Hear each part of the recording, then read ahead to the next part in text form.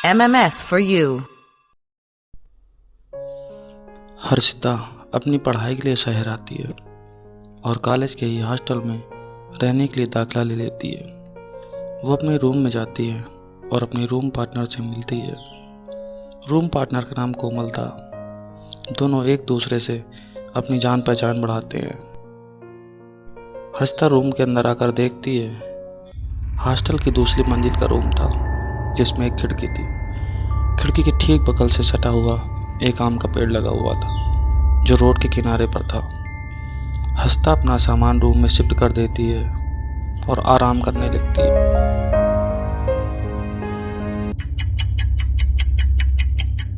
रात के लगभग 1 बजे होंगे, तभी उसे रूम में किसी के रोने की आवाज़ सुनाई देती है। जब वो देखती है तो आवाज़ वो उसके रूम से नहीं बल्कि सामने वाले रूम से आ रही थी। वो सोचती है कि इतनी अजीब और रोने की आवाज़ कहाँ से आ रही है। दूसरे दिन हर्षिता कॉलेज की कैंटीन में बैठकर सोच रही थी कि वो कौन हो सकता है। वो सोच में डूबी हुई थी कि तभी उसे किसी की आवाज़ सुनाई देती है। कैसी हो हर्षिता? वो सामने देखती है तो निखिल खड़ा था।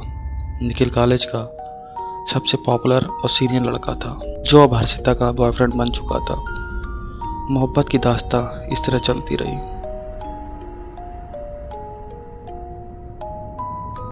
एक रात दोनों इंस्टा पर चैट कर रहे थे कि तभी निखिल हर्षिता को फ़ोन करके बोलता है कि वो उसके रूम में आ रहा है, वो दरवाज़ा खोल कर रखे। लेकिन हर्षिता उसे मना कर देती है। दरवाजे से नहीं, पीछे सड़क किनारे आम के पेड़ से होकर आओ। निखिल कहता है ठीक है। हर्षिता खिड़की खोलती है। सामने निखिल गुलाब के फूल लेकर खड़ा था जिसे देखकर हर्षिता मुस्कुरा देती है। तभी निखिल कहता है पेड़ चढ़कर आया हूँ, प्यास लगी है। तो हर्षिता किचन में चली जाती है पानी लेने के लिए। निखिल सोचता है इतनी खूबसूरत लड़की है, इसका मैच तो बनता है। तो अपना मोबाइल निकाल कर छुपा देता है। इधर हर्षिता किचन में पानी लेने के लिए जाती है और पानी लेकर वापस ही आ रही होती है कि तभी उसे किचन की दीवार पर कुछ लिखा हुआ दिखाई देता है। वो उसे देख तो लेती है पर इग्नोर कर देती है और निखिल के पास आ जाती है। निखिल उसे अपनी बाहों में भर लेता है और फिर सुबह के 5 बजे होंगे। उन दोनों को सामने वाले रूम से अजीब रोनों की आवाज़ सुनाई देती है।